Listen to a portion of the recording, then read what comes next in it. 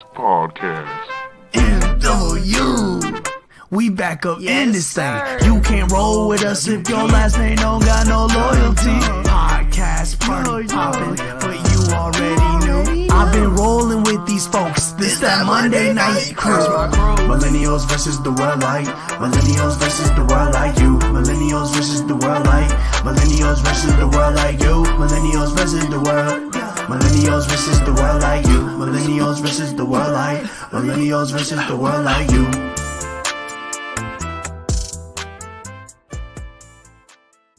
Yes, sir. Welcome back to another Free for All Friday, man. So this one is real different, man. It's the guys' night on Free for All Friday. It's your boy K.Mims, the only spot you get authenticity and entertainment at the same time. I got my bro B-Dot with me, Rob, Lewis, and Matt. What's happening, fellas? What up, what up, what up? I got a question. Uh-oh. He's starting off the rip. What's up, bro? Okay. I've been wanting to ask you this for a minute. All right, you're gonna wait till we go live. Okay, your intro. Uh-huh. Is that you rapping on there? And if not, who wrote the lyrics? Did you write the lyrics? My brother right there on the screen. He did it. That's him. That's you rapping, Matt? Yes, sir. Oh man, I'm about to hire this nigga here. Go ahead. Hey, bro, he do the video. And honestly, I don't even tell him what to say, bro. I'm like, we switch every season. So every season, it's a new. After we accumulate events and footage, we switch it up, and he just does a new intro every time.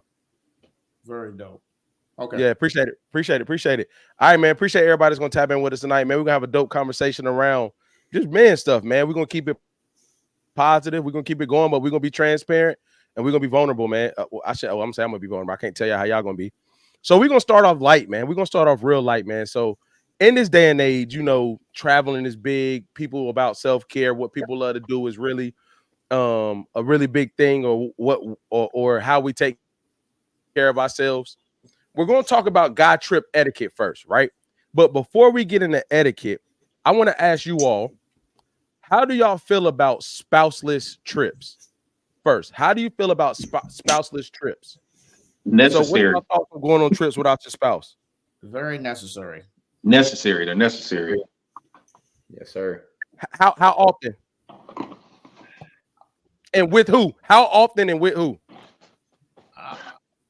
I mean, for me, I'll say I think it depends on who's my crowd. Are these guys that I went to high school with?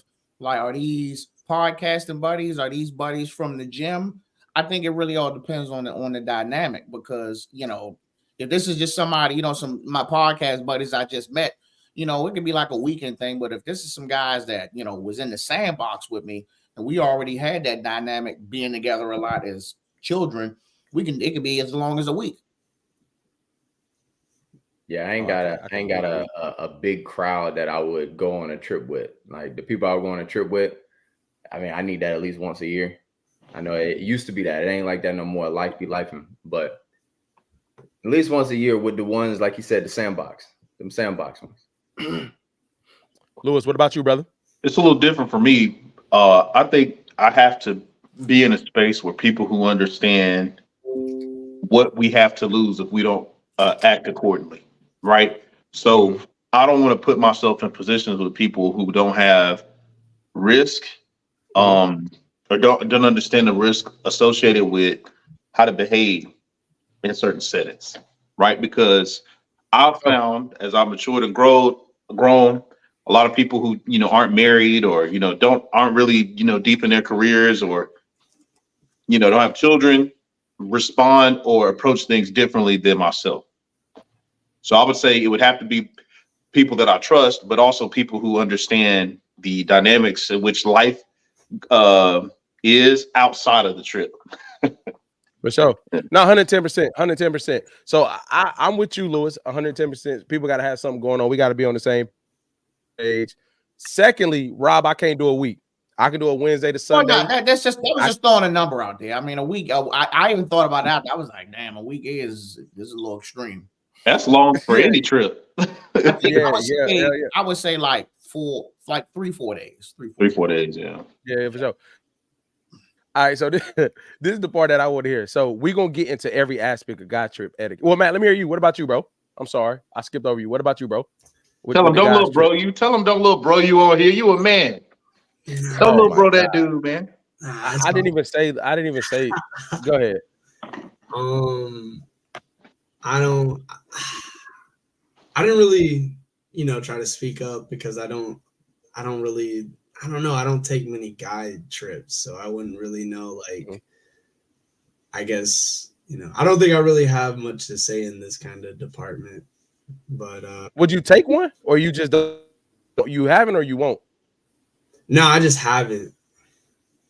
Mm. I don't think. All right. So Yeah, Look at that innocence, man. That's awesome. Look at that. I know innocence. it's beautiful, right? I know, bro. I know. Keep up. Hey, so like, fella, so we on trips. What's the etiquette around how you living while you on the trip with your bros? We doing everybody get their own hotel rooms. We still split the hotel rooms. Airbnb, everybody need their own bathroom. What's the etiquette around the living situation back then and to now? So let's get into what it would be when you could still have been married, but when you were younger, might not have as much as you had now, the same values and do traveling versus now. You got a little bread, you travel now. How we living when we on the trip, man? What we doing? Oh, for sure. Back in the day, hey, I'm just happy to be here. We can share a room. I don't care. Now we gotta have that Airbnb. We all need our own rooms. I don't care about sharing a bathroom. That's cool, but like definitely need our own space now. Yeah. It depends on the event, right? If we go into like an event and Louis, we going to Vegas for 5 days. oh yeah, I need my own space for that. You know what I mean?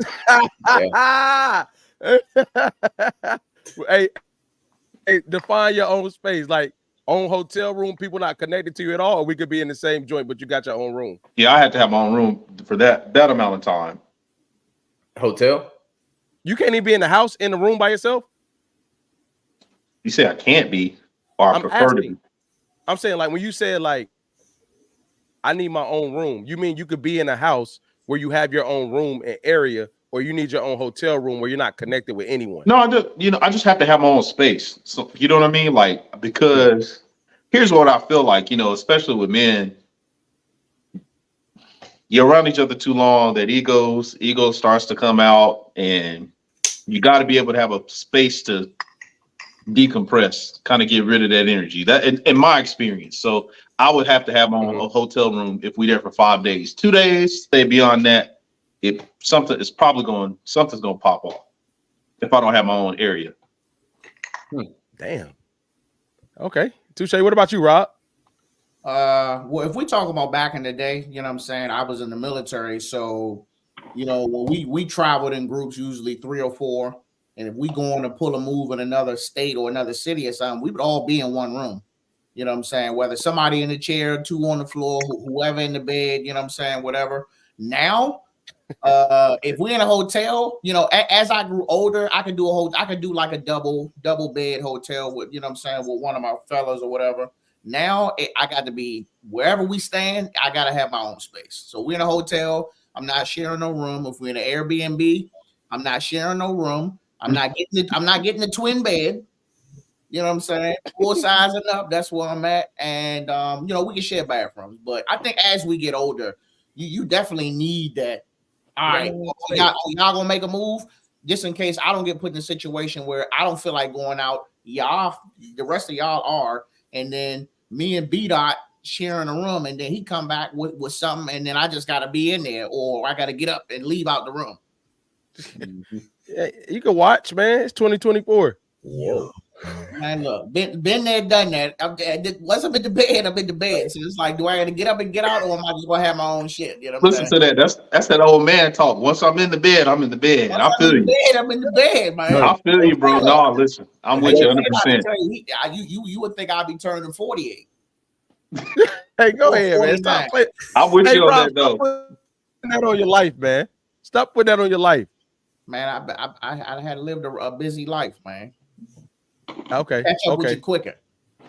All right.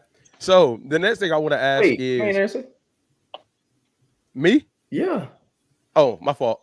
Oh, I'm same thing. Like now, I'll be real with you. I think Lewis said something that I didn't think about that I'm gonna have to piggyback off of. The time is going to matter. Like I could probably do a hotel room with 2 double beds if we just a weekend, came in late Friday. We really only have Saturday. We leaving again on Sunday. If I'm doing a 5-day, boy, I need my own space. And and the own space thing, I think just comes from I don't know if this is an ego thing, but like when you want to chill and be left alone, I need to be able to shut a door. Like that's it. I just need to be able to shut a door, bro. Like go do whatever y'all doing. But when I want to chill, I need to be able to shut a door. So I will go with, if it's a day or two, definitely hotel room. That's cool with me. But anything longer than that, I got to do an Airbnb. But I will say this that nobody said. I absolutely prefer to be under the same roof with the people I travel with, though. I think that makes the trip better. Yeah. But I do want to own space as well, though. So I prefer to be talking about Airbnb then. Oh yeah, for sure. I like Airbnb, bro. I like Airbnb more than a hotel. I mean, it depends. It depends. If everybody's spending some money, sure. If everybody trying to put $50 on something, then no. Oh, hey Rod, if you try to put $50, we ain't going on no trip at this point in life. Yeah, nah. Hey, if you doing 50, I can't rock with that. So $250, $300 a person, you gonna be living lavish. Oh yeah, for sure. So all right, so now this is what I want to transition to and ask about this. What are y'all thoughts on traveling with people? Lewis alluded to it earlier, but I'm gonna say that they're a positive figure. They don't really have anything negative going on. They're doing their thing. What's y'all thoughts of traveling with single people? Traveling with single people on trips. So they're not wild in the sense that like you ain't gonna get in no trouble as far as legal or anything like that. They have a great life going. How do y'all feel about taking guys trips with people that aren't in a relationship? I think it's pros to it because you get to kind of live vicariously through them a little bit. And one thing I do like is that you kind of get to, like, again, you get to experience it without experiencing it with them. So you get to see them be, enjoy it and, encourage them, man, go talk to them. You know what I mean? Be a good wingman. You know what I'm saying? So I think it's pros to it. That's kind of where I was alluding to earlier about, as long as they don't try to pull you in, right, to what they're doing, and they understand the boundary that has to be set because you are committed and married or what have you. But I don't see anything wrong with it unless they are ones to not respect what you have going on. Do you think they can pull you in though if you're not on that? Yeah. It's the situation. Depends. I mean, they probably can. Who said yeah? Got up out of here, boy. I do think you can be pulled in. And I agree with everything Lewis said. Like it's on you can travel with single people. If I'm traveling with you, first of all, we close enough to where I know that you respect what I got going on at home. For sure. But yes, you can be pulled in. You could definitely be pulled in. Tell them again, B-Dot. What I tell y'all in that Uber. Hey, Geico etiquette. I don't remember. All right, for sure. Yeah, I'll remember. And that leads me to my very next question and last part. When you get home, the wife check in. How was your trip? How much do you, not exact, but how much do you share or don't you share? Or is everything generalized? No matter what happened, it ain't gotta be nothing crazy. It ain't gotta be nothing incriminating. But when you get home and say, "Oh, how was your trip?" How are we answering that? I mean, you answer it. You let her know the goods and that you had a great time. I mean, you said Vegas, right? Man. Yeah, we can say that. What they say about Vegas? See, I'm not with him. I never travel with this guy. Here's what I learned. This is what I've learned. You just tell her where you went. That's it. Okay. That's it. Hey, we went here. We had a good time. We had a great time. That's it. Cool. Rob, what you doing? Play by play? No, hell no. So what I do is I do tell, like, if we went somewhere, I usually just tell about all the humorous stuff. Oh yeah, my buddy was out here. He was drunk.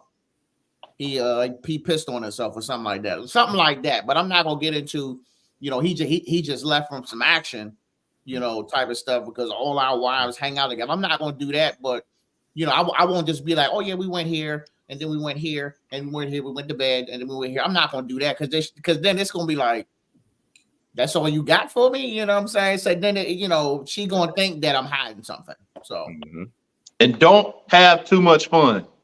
Matt, oh no, when it's oh your no, turn, Let me say something. All Yeah, my hold on. outings are, okay. Matt, when you start going out, you don't have but so much fun, brother. Just remember that.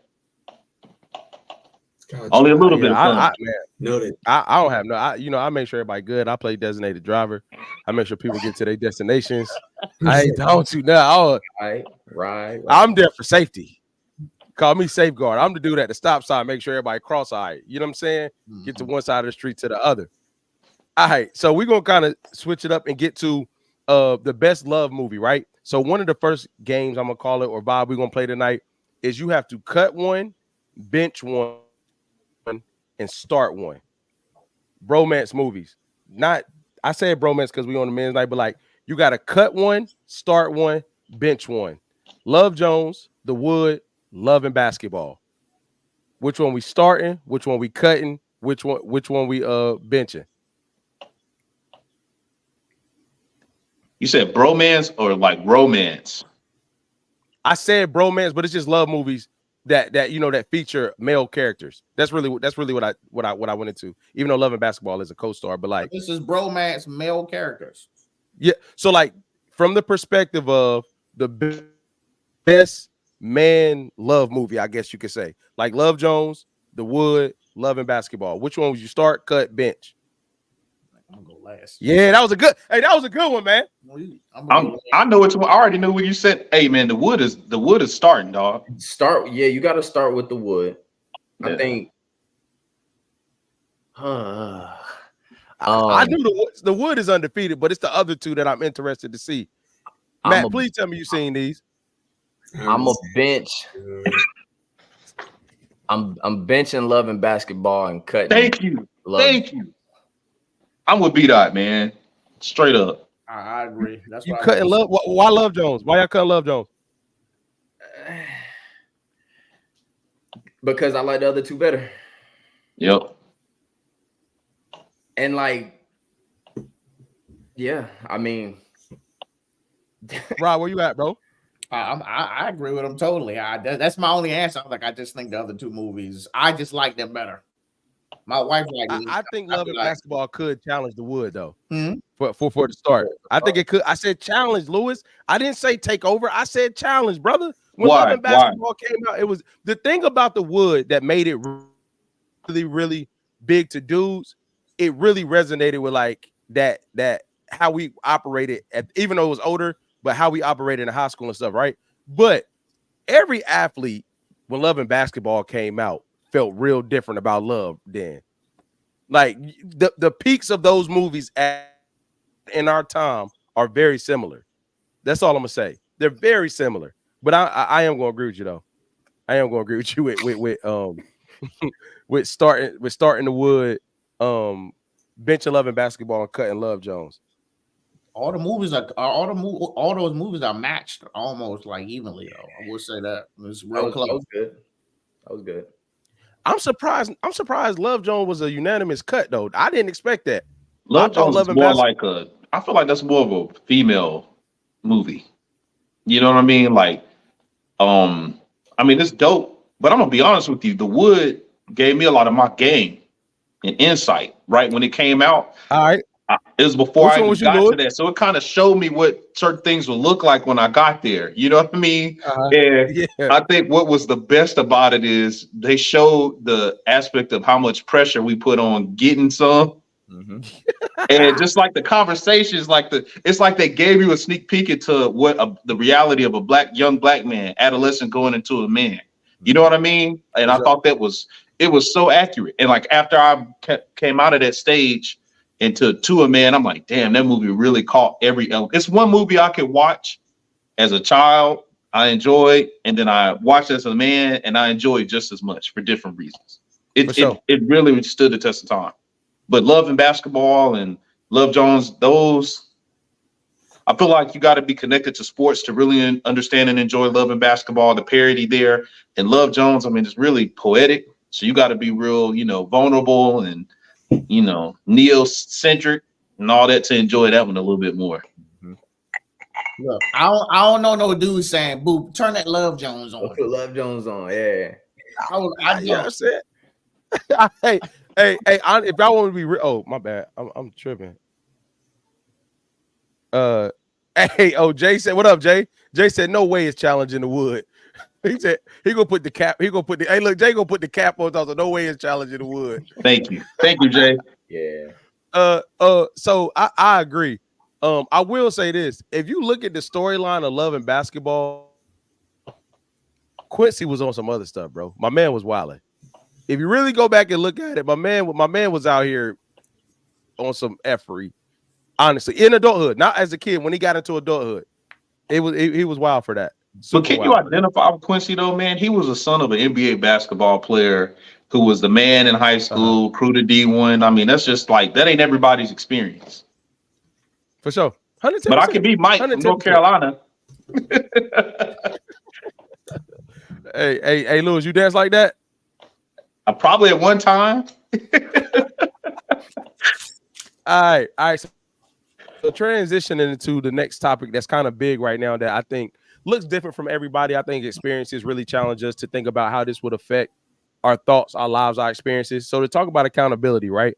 Accountability is one of those things that people, try to maintain with themselves, with their circle, with X, Y, Z. But I want to start with and open up the floor with, and Matt, you could definitely tap in on this one. From accountability aspect, what is one of the biggest mistakes that you had to own, meaning like it happened and there was no way to make it anyone else's fault, and what was the number one thing you learned from it? So what was one of the biggest mistakes you made? Straight up thought it was the best decision. You did it. You it didn't work out the way you thought. It came back on you, and what did you learn from that situation?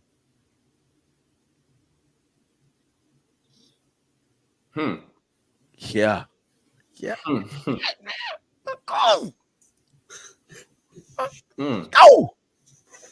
Somebody. So what is anything, one of the biggest mistakes you've made that you had to own, and what was the lesson you learned from it?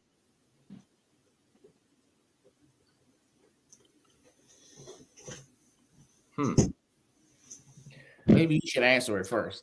Yeah, give it. Nah.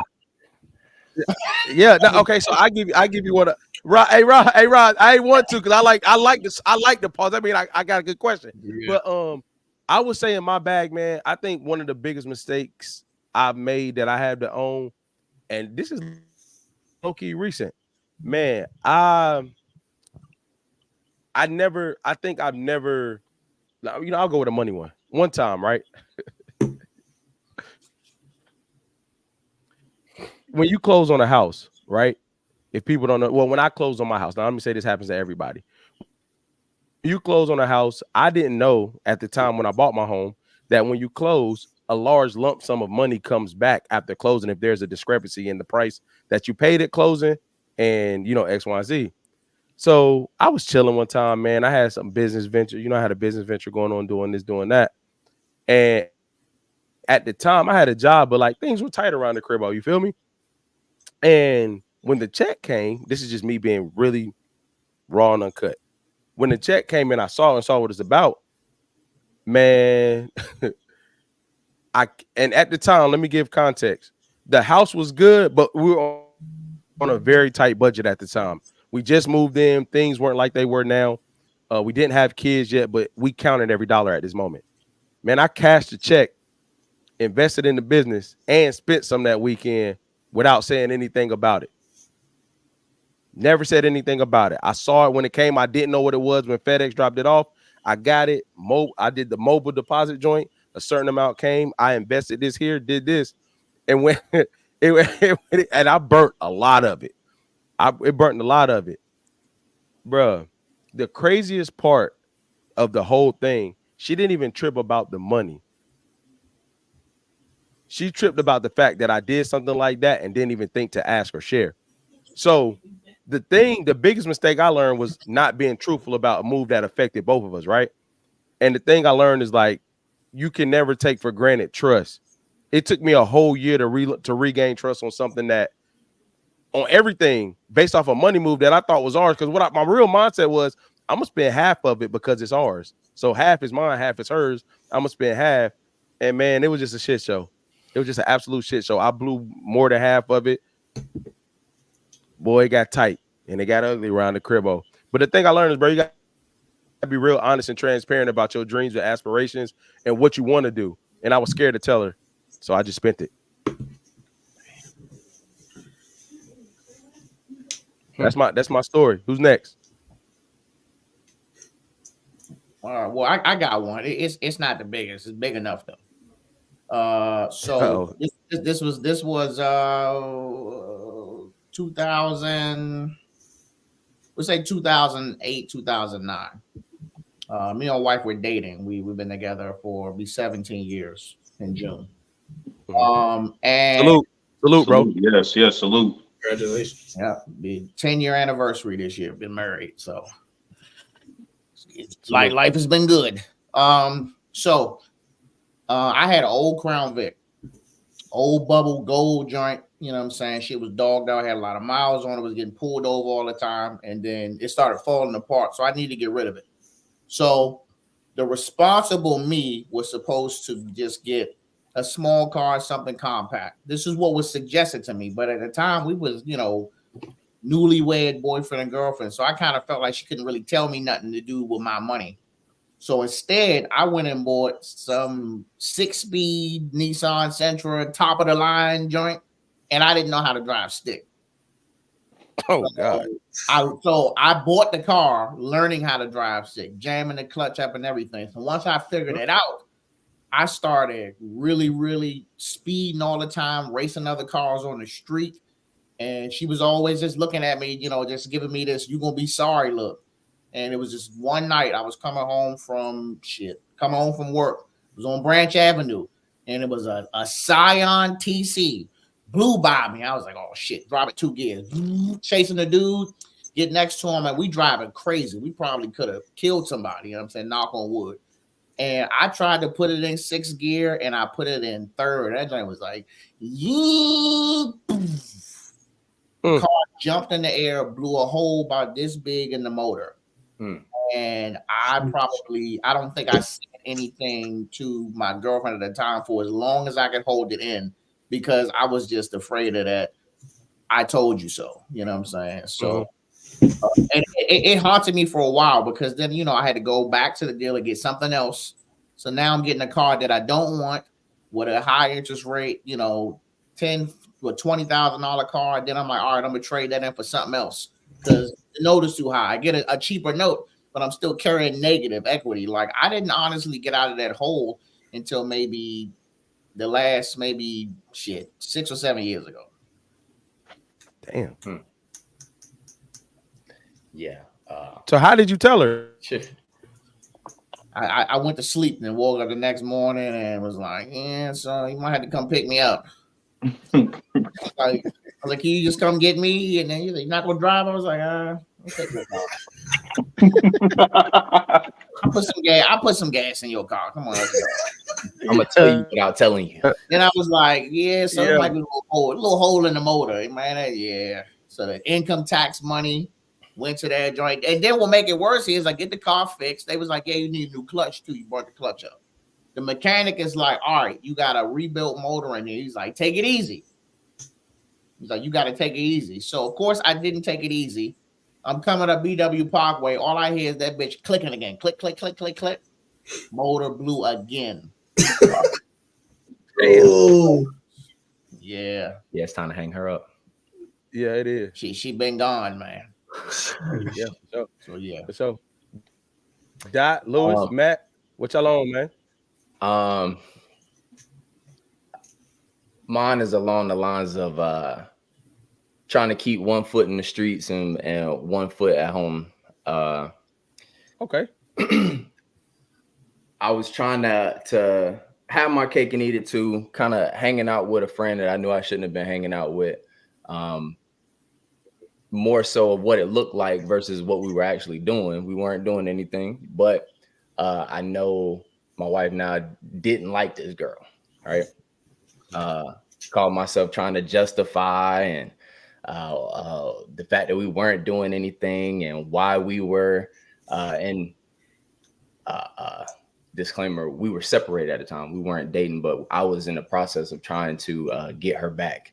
And text message came through while I was with my wife now. And she saw that name. Everything went left. There was nothing. She hit me with the, hey, look, I'm done. I'm out of here. I gotta go. I can't do this no more. You know how I feel about that over there. And I'm like, hey, wait, hold on.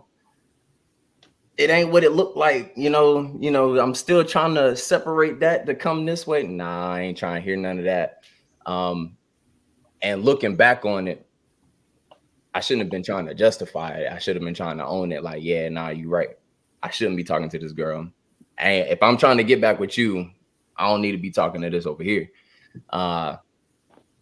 And she ended up, you know, giving in and you know, staying around. But it took me a long time to gain her trust back. Long time. Boy.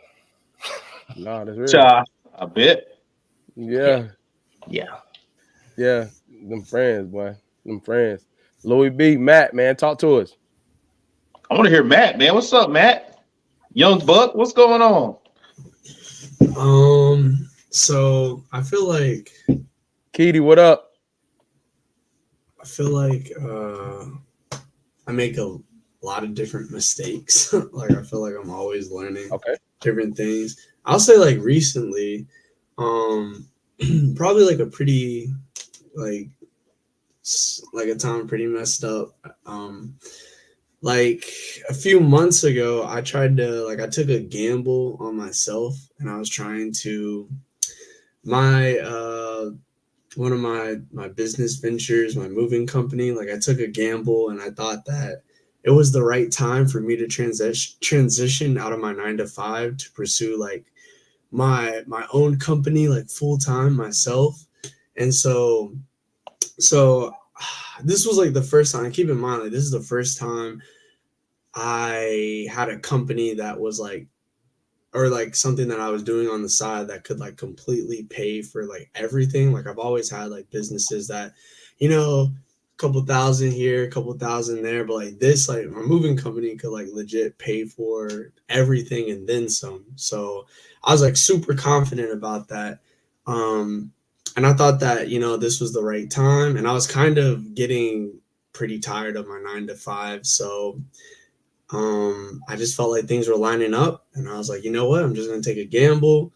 I was coming off of my best month too, like numbers wise, like we had our best month. So I was like super confident. So then went into the next month where I put in my 2 weeks on my job, went into the next month, pursuing my moving company full time. First week was like crazy. Like we were getting like crazy moves, making good money. And then like the rest of the month, like nothing, like dead, no calls. Like it was insane too, because we were coming off of like the busiest time. So I wasn't used to getting like no calls, like no nothing. And so I was like, okay, like it's good. Like we're gonna get back at it next month. Next month, same thing. I was just like, okay, bro, this is not good.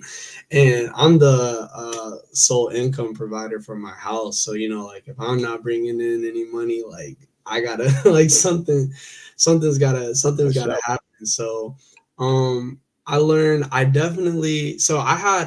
an emergency fund and money saved up. So it wasn't like we couldn't survive or anything like that. But I definitely didn't put, you know, my family in the best financial situation trying to do that. And so I feel like the biggest thing I learned from that is, you know, like patience. You know, you got to learn to, you know, wait on different things instead of just, you know, wanting to do what you want. Cause I felt like I just wanted to get out of that 9-to-5 so badly. And I felt like because my business was like booming and doing so well at the time, that it was my time to kind of like, this is the time for me I hit my best month. Like I can do this. And, you know, I learned, so, you know, be patient. And then I also learned like, you know, the hills and the valleys for your companies. Like there's seasons where your company will do well, and there's seasons where business dies down and it doesn't do so as well. So you got to learn, the ins and outs of like, when does your company do its best? When does it do its worst? And I learned when it does its worst. Like that was a lesson I learned quick. But that was probably like one of those like times where I felt like I, messed up, but I learned from it. Salute. Dope, man. I'm proud of you. For me, I can't wait to hear this. I hate using the word mistake, man, because Okay. everything I've learned so much. I wouldn't have learned as many lessons if I didn't have situations where the outcome wasn't what I initially planned, but I've learned it and it's applied it and it's helped me, move further along. However, unlike Rob, he did the same thing twice. I don't know why you did that, Rob, with the card, but anyway, I'm like, hey man, I ain't gonna cap. I'm like, bro, damn, did you go from 6th to 3rd twice? Yeah, he did the same thing twice. If you don't take it easy, everything's gonna kind of come back apart. So, But I will say 2 things. One is not understanding grace, right? I used to hear that word all the time. But I realized that I never felt like I had gotten it, or I could never identify when I had gotten it growing up. So I never knew when to extend that. And I didn't extend it to my wife. I didn't extend it to my children, and I didn't extend it to myself. And I realized a lot of the decision or a lot of the weight that I carried on and pressure I put on myself to make the right choice, while more often I didn't give myself the grace when something maybe didn't work out as I had intended for it to, right? Or when someone didn't respond to something as I would have assumed they should. So I would say that was something that I had to overcome and something that I've learned from. And then the other thing is, and I will say this is a mistake, and this is a habitual thing, was being right is overrated. For sure. I used to think being right made you right, but it doesn't.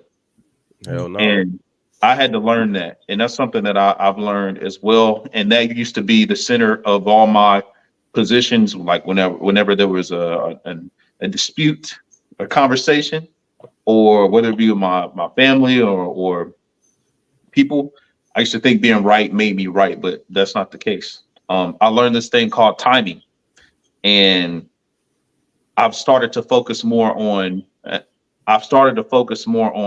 the application of that as opposed to application of just knowledge. Timing and knowledge are powerful together. That kind of ties into what everybody was talking about. Timing and knowledge. We have the knowledge, but we may not apply it in the best time or at the right time. So using those 2 things together is something that I wish I would have known sooner, but I'm on the right path now. All right, that's a bet. Appreciate everybody sharing, man. So that's kind of like what goes into the next thing, man. What's y'all thoughts? Staying in the realm of accountability, what's y'all thoughts on checking your friends and being checked? What's y'all thought? And I want to use the word check, and I'm not saying it in a negative way, but what's y'all thoughts on checking your friends and your friends checking you? Does that mean you got to have the right time? And does it mean if your bond is to a certain place, if somebody out of pocket, you could check them anytime out of place? I mean, anytime, any place. Can they check you anytime, any place? What's y'all thoughts on checking your friends or being checked from your friends? I feel like that's what's your thoughts on that? I feel like that's what they're there for. If your friends can't check you, they're not your friends. Your friends should be able to be the most honest with you, and you should be able to receive it from them. Because if you can't receive it from them, they're not your friends. It depends on who it is, though, and what it is. Doc. But I'm not gonna call you my friend. Like, well, okay, elaborate on that. What you mean? So if you out here cheating on your spouse, and then you see me do something that even resembles cheating, like, hey, you should do that. You ain't gonna how you gonna check me and you ain't living that life. Well, you feel me? Yeah. That's kind of where I'm at with it. You know what I'm saying? So I agree with you, but to an extent, it depends on who it is and what it is they checking me on. Because otherwise, I get out of here with that. You can't be out here doing the same thing I'm doing and then try to check me on it. Exactly. Yeah. No, that's true. Well, I'll say this. I mean, I agree with what y'all saying with that too, but I'm just gonna throw in there. If I just think you a lame, I don't care. I don't care what it is. I don't want to hear none of that. So your friend is a lame, you saying? No. I'm just saying. I'm just saying, depending on who the person is. If this is somebody who I don't feel like we really personal with, and he trying to check me, and I'm just like, I don't even really fool with you like that. I might be like, bro, but I like, who are you right now? We didn't rock with you that hard for you to even be speaking. You know what I'm saying? I'm gonna take that into account. But if I'm wrong, you know what I'm saying, I might apologize in a couple of days or so. But at that moment, bro, don't say nothing. And especially if you ain't practicing what you preaching, don't say nothing to me about it. Did he? Hold on. Hey, so what about the friends close to you check you? What's the response? If they not doing that, yeah, that's not they're not my real men. If they not really like, man, what are you doing? Even if this is like, bro, what are you doing right now? Mm-hmm. And I know I'm dead ass wrong. I might be like, off me. All right, you right. You know what I'm saying? You gonna put up a little fight. You gonna agree with him though, man. So I think if you ain't, I done been checked. You know what I'm saying? Plenty of times. And sometimes if I didn't get checked, my ass might have been in jail or something like that. So by all means. Yeah, for sure. What about you, Matt? What's your thoughts on it, bro? I mean, I feel like any of my close friends can check me. Like, I mean, because I respect all of them. Like you, Keenan, like you're one of the like closest people in my life. Like if you tell me something, I completely humble myself and I know how real and authentic you are. So I know that coming from you, like it's something like important. And so same with, Keedy, if one of you guys point out something to me that you see is important, then I'm gonna be like, okay, like this is definitely something I need to, think about. So, I mean, to me, it's like everybody that's close to me, I respect enough that if they're saying something that's serious, then I think it's definitely something to look at. Yeah. I agree. Appreciate it. I got a curveball. Go ahead. So look, I think out of all of us that's talking, you probably know me the least amount of time. So we out somewhere, you acting up, I check you. How you feel about that? I mean, if Keenan's told me he's cool with you, then I would be like, I mean, there has to be some validity to it, but like, and then I guess it would also have to depend on like what it is, because if I'm getting checked by someone I don't know and like delivery, it's a situation that I can't see, like I can't see your side at all, then I'd be a bit like, yo, what's this man talking about? But like if Keenan was like, yo, like Rob's a super solid guy, then I would, I would still, because of Keenan, that's our mutual that like I said, I really respect Keenan, and mutually through him, if you point out something, then I would still take the time to at least hear out what you're trying to say. Me, I ain't gonna lie. Like what Matt is saying, 110%, but like, if it depends on how you do it, or I'm gonna ask the mutual person, like, hey, what's good with your mans, bro? Yeah. Like what's happening? I'm not going because out of respect for the mutual person, I'm not gonna step stupid to somebody that they gotta interact with more than me. But if you come a certain way with it, I'm gonna ask the person we both trust, like, hey, bro, what's going on with your boy? Like, I don't understand how he move. You do. What did he mean by that? Or can you help me understand what he's trying to say? Guys, it's not like what you call me out on, it's how you say it, like Keenan said. 110%. If I didn't know B-Dot and Keenan brought me around B-Dot and he was like, yo, like the way you made this shirt, like it would be better if you like made it this way, then I'd be like, okay, cool. But if he was like, yo, the way you did that was stupid, bro, like you need to like, I'd be like, okay, yo, like why is he talking to me? Like, man, bro. It's on like what, like how you say it, not what you say, but like how it's said. I'm gonna tell you what would make me look left, Rob. That was a great question. If you talk, like if you mutual, right? So I just say, I know Lewis through Dot, right? Or know any of y'all through somebody else. If this person is talking to me like I done been talked about, and you know me, you acting like you know me, and we just met, I'm not gonna respond well to that. Yeah, that too.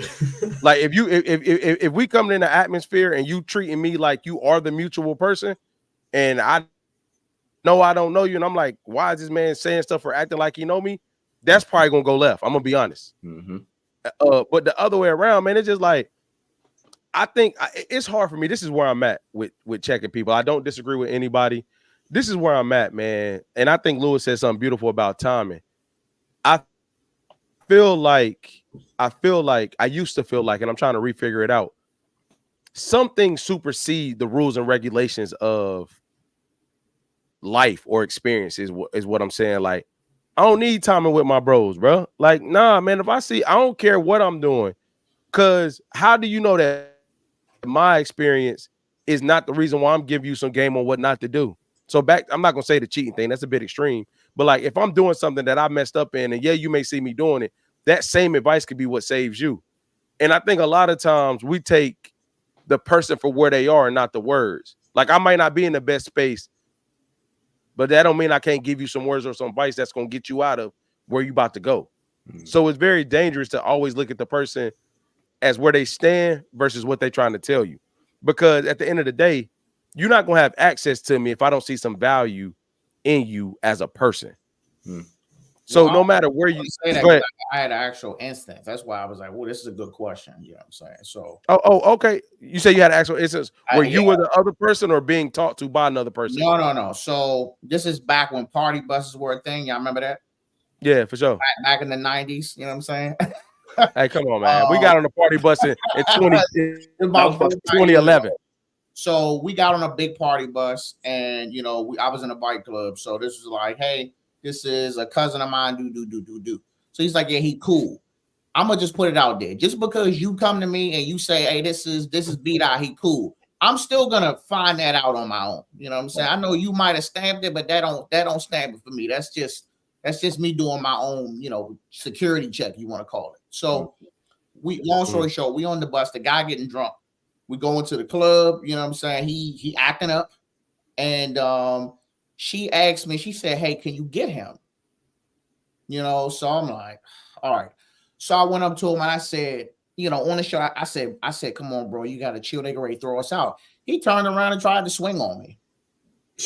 Ah, man. So I don't know where this reflex came, but it was just like a movie. He went up and it was like, I was like, bro. I said, don't do that. Don't do that in here. I was like, I'm trying to help you. I said, don't do that. Real quick. You know, so you know, and then you woke up where? Oh my God. Come on, bro. No, I'm saying hey, Rob, it came from nowhere. I just put his hand down. I said, come on, man, you drunk. You know, he barely stand up. Yeah. So, you know, she had like thanked me the next day, but I'm like, don't thank me. I was about to whoop his ass. Like, what are you talking about? About to go left. Yeah. I'm about to whoop his ass. I didn't do that because of you. I'm like, that man tried to get first blood on me. Yeah. Yo. So, you know, just an instance, man. Mm-hmm. What about you, Lewis? What's your thoughts, Brody? I mean,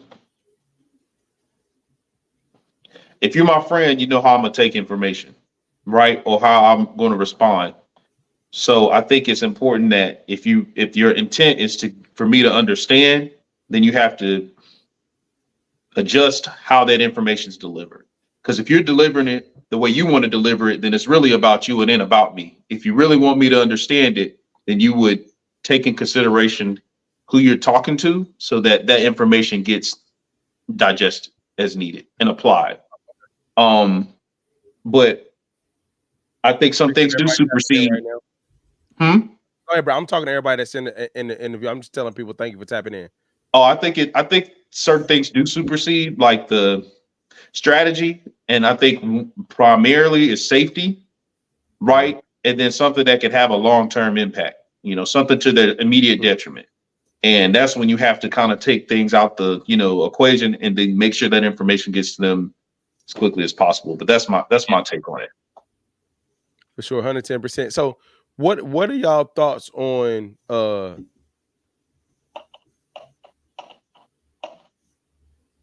fam? So does that is that the same approach even with family? Like, I'll give you an example, right? Like, I use me and Matt, right? Like, I gotta be, and this is me just being super real. And I say it to you and Matt, you can, you know, intervene whenever you feel like it. Like, I say, like, bro, you know, like, I gotta keep the brother out of it right now because I don't want to say anything based off my love for you or what I want you to do or how I feel about what you're doing versus what I feel like you actually need at the moment.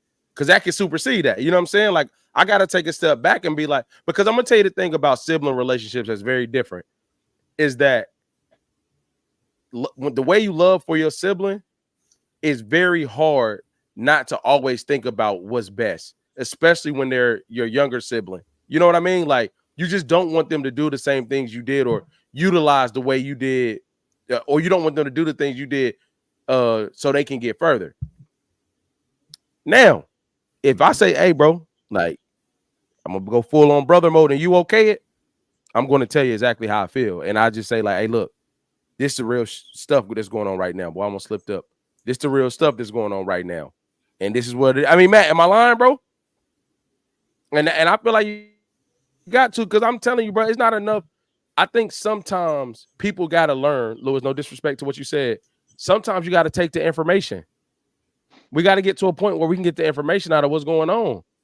For real, though. Like, I don't think everything can be strategic, bro. And I'm not disrespecting your perspective or saying that your way is wrong or anything like that. But, like, sometimes we just need the information that's being said to us. And that's what's most important in that moment. The only thing I'll say to that is this. Again, if your intent is for me to understand it, if your primary intent is for me to understand it, you wouldn't mind changing the delivery. But if your intent is to deliver the information, it's not about whether I understand it or not. So that's the only reason I'll challenge that. The issue I have with what you're saying I have the skills to deliver it in the way that you need me to.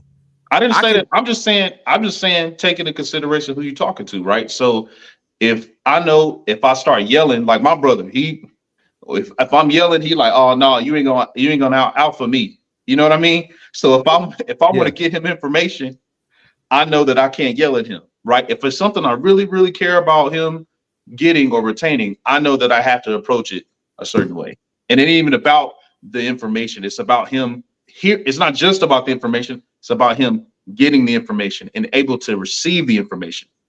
So I have to make sure that it's delivered a certain way with my wife, with my kids, right? Because if I yell, I immediately arm them. If I'm too assertive, if I'm too assertive with my wife, she shuts down. It does, even though I'm right, even though the information I'm delivering is correct. But above being right, I need you to understand this. So I have to deliver it with a soft approach. I don't disagree, but the thing that I say we're jumping in, I don't disagree. But when I think of check, I'm not thinking of those moments in which I have time to get you the information in a different way. If something happens and you're out of pocket and it requires that, I get what you're saying, Luz. I don't disagree with you at all. Honestly, yeah. But there are moments where situations happen, people are out of pocket, and I'm not even talking about yelling. I think I get what you're saying about yelling. I'm not saying talk stupid, but sometimes, like, if you out of pocket and I gotta say this to you, let me ask you a question. In those same scenarios, Lewis, where is the accountability for the person being closed-minded to what you're trying to tell them? It's always there. How? It's always there. We're all accountable for what we do at all times, right? But again, if I am intentionally before I speak, I think. Before you speak, you think. You process. You've had enough time to process and understand, okay, this is the word. These are the words I need to use in this situation. You understand who it is. You are like, oh, I need to get this information to this person. You've had time to process it. And I think that it doesn't absolve them from the accountability. Personally, I've learned that the way that I've delivered messages sometimes has been for me. Mm-hmm. Sometimes I've delivered it just so I can say I said it to you. Sometimes I just wanted to say that to you, right? But it ain't about that, because if I want you to understand what I'm saying, I want to make sure it's delivered a certain way. And I've gotten it wrong, gotten it right, and I've had to say it multiple times. You know what I mean? But ultimately, if I'm talking to you and I'm trying to help you, I will try to figure out a way to get that information to you. So if somebody needs you to talk crazy to them in order for them to get it, you'll do that? Yeah. Okay. All right, cool. We can move on. I'm with that. I'll take that. I'm with that. Because sometimes everybody, no, I'm not being funny. I'm like, sometimes as long as it's on both sides, I can live. All right. And where that question stemmed from, man, you know, just sometimes it needs to be more checking in life. All right, moving on to our next vibe before we transition to our next conversation. So in the moment, you're gonna think about how to say something to somebody instead of stopping them from doing something that could be detrimental. I'm not. I don't think I'm doing that either. You see your friend doing something that could be detrimental to himself or his relationship or whatever. Mm-hmm. You're gonna stop and think about, you know what? I can't raise my voice at this person. I can't say exactly how I'm feeling about the stupid stuff that I'm seeing right now. I gotta make sure that by then it's done. What are we talking about? If it's safety, I'm gonna have to yell to get your attention, right? But if it's like, if we're out in a social environment and you all over the place and you bouncing around and doing all that, I'm not gonna call you out in front of everybody. Mm-hmm. You get what I'm saying? I'm gonna say, hey, man, yeah, I'm gonna act like, hey, come here for a second. Hey, so I'm gonna think about my approach. So I get what y'all saying, but I mean, everything you do is intentional. So how can you say that you're not gonna be intentional when you saying something?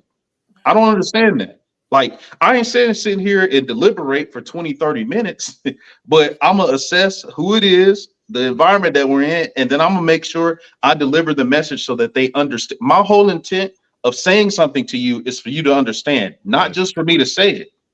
That's the point that I'm making. I just learned to disconnect. I think a lot of the things you're saying is already embedded in how a lot of us move. That's like the whole scenario of if one of us set off a fire in the club and now we squabbling, I'm gonna jump in it with you because that's cold. But when we get in the Uber, because we got a fleet, it's like, hey, bro, what did you want? Right. Man?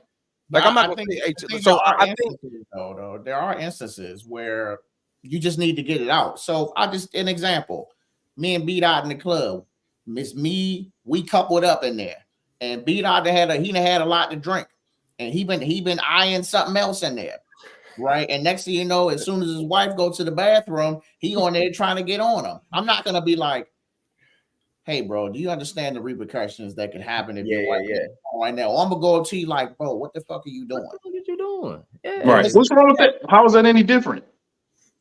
I'm just saying. Let me say this. I don't care how you feel about what I said. I'm trying to save your ass. Oh, okay. I got you, but I mean, it's still intentional. You're gonna say fuck because that's gonna grab his attention. Yeah. So Lewis, I think the way I'm perceiving it is how you're saying it is just like, instead of me saying that, I'm supposed to like kind of bring down my tone so I don't offend you to it. Right. Now, Lewis is talking about, but see, you're not trying to, when you say, hey, you need to chill the fuck out, you're not trying to offend them. You're trying to catch their attention. Like, damn, this nigga just cussed at me. But it could be taken as offensive though. Right. But if he gets offensive, but then if you see him get offensive, you're gonna keep cussing at him? No, I'll be at this point, I'll be like, oh, okay. Let's just try to help. No, you keep cussing. Hey, bro, I'm just trying to make sure. Now, this is what happens. Hey, man, chill the fuck out. Man, get the fuck on, man. I know what the fuck I'm doing. Okay, hey, bro. So at that point, yeah, I'll break. If you needed to be broken, so that's down, my point. Yeah, that's my point. The initial, no. At this point, I don't have enough time to make you think about what you're doing. You just need to know. I like that. Hey, Lewis, I get what you're saying, and let me regurgitate. So, go ahead. You had something? I'm sorry, brother. No. You said you get what you're saying. I was saying, yeah, I do. My disconnect up until right now was I thought you weren't saying what you say. You're really talking about environment and when you say it more than you are what you say. And I'm gonna tell you what made me think of that. When you just said if he bouncing around, I'm gonna tap you like, hey, bro, come this way real quick. And say what, and in that moment when I tap my bro and say, come here, I may say like, hey, bro, chill. But I'm not going to yell that out in a public setting. That's not what I was getting from what you were saying. Yeah. What I was getting was you pull him to the side and be like, hey, man, like, All I'm saying is it's about making sure that they understand what you're saying. That's it. That's the problem. Anytime I'm talking to even you guys, right? I want to make sure you guys understand what I'm saying. So whether someone fuck it up or not, I want to make sure you understand the information. I'm just not saying the shit just to say it. Oh, for sure. 110%. 110%. 110%. I've never moved like that. Yeah. Just to piggyback off of the previous question when we were talking about complete strangers, if we are in a setting and I see Lewis is acting up and I see it before you, I might be like, hey man, your boy bugging out. You want to get that? You know, I may just strongly encourage you to get involved. You know what I'm saying? Yeah, for sure. All right, so before we transition to the village, man, we have a game of one has to go. All right, so one has to go. Your vice, your financial responsibilities, your family/parent responsibilities, or your spouse responsibilities. Which one would you absolutely love to get rid of if you had to? No ifs, ands, or buts. What is your vice? Can you break that down for me? So I hope I spelled it correctly, but like what you like to indulge in that soothes you. Oh shit. So like, would you get rid of what you do?